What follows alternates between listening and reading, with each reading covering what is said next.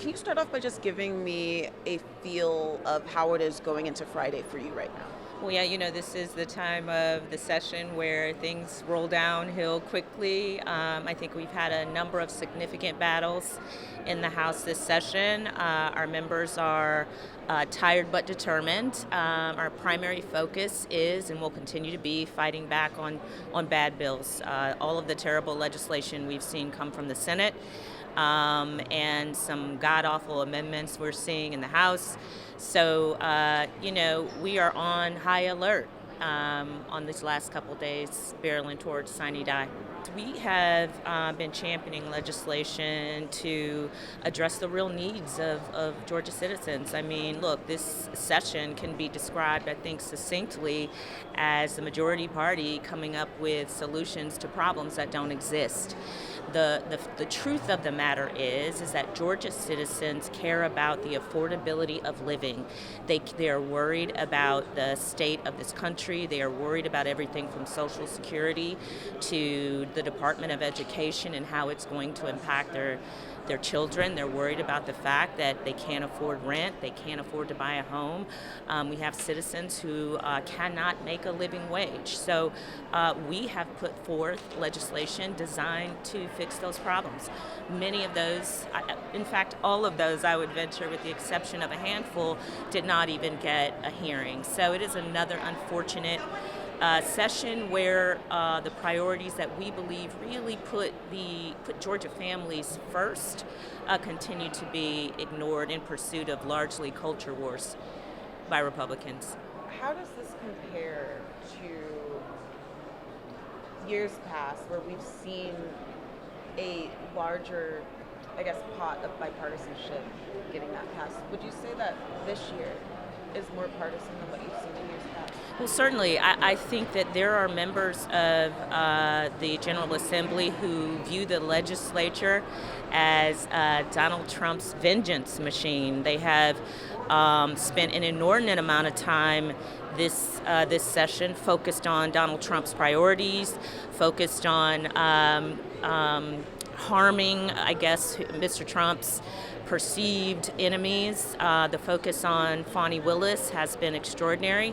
And frankly, I think a waste of time when there's so many other important issues that we should be dealing with right now. I think the Trump effect this session has made it very difficult for us to engage in the bipartisanship that we really strive for every session. Quickly on tort reform, is there a way to combat what you and a lot of your colleagues have been saying it will result in? Well, listen, the Speaker has said that he intends to study the insurance industry. It was our position from the beginning that if you're going to talk about insurance premiums, you don't start on the backs of victims. You don't need to manufacture a crisis. All you need to do is look into the insurance industry. It's unfortunate that we're doing that after passing legislation that harms victims and working families, but it is my hope that some accountability within the insurance industry here in Georgia will in fact translate into our taxpayers, our families, our homeowners being treated more fairly as it relates to premiums. And then I quickly want to ask you about news that's out today. Congresswoman Nikema Williams says that she's going to be stepping down from her role as leader of the Democratic Party. As you know, there were multiple calls for this to happen following the election. What are your initial thoughts on this? Well, I think that the Democratic Party here in Georgia and the Democratic Party nationally is doing a lot of self-reflection, a lot of evaluating how we come back stronger in 26. I think Chairman Williams made the decision to step down. I think it was her decision to do so, and I respect the decision that she made. What are your thoughts on a new leader for the party? Anybody in mind that you would support? Oh, well, no. I don't have a particular person in mind. I think that there are a lot of strong candidates out there potentially. I think that the party will go through the process of vetting and deciding for itself who has the vision to lead us strong into 2026 to help us win seats and to help us win statewide offices. This new leader is going to have a lot of pressure on them. As we know, Democrats are on the up and up trying to fight for 2026.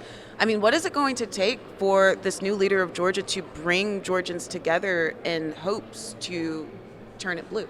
Well, I think it's going to start with a strategic vision. It's going to start with a focus, a dedication to the party and to the state and to winning. There are all kinds of things that go into winning elections, as we all know. It is messaging, it is candidate selection, it is fundraising, and it is execution. So it is my hope, and indeed I'm confident that we will have a chairperson that is strong in all of those categories and who keeps their eye on the ball from now until 2026, so that we can get our candidates, get our vision for Georgia brought to life.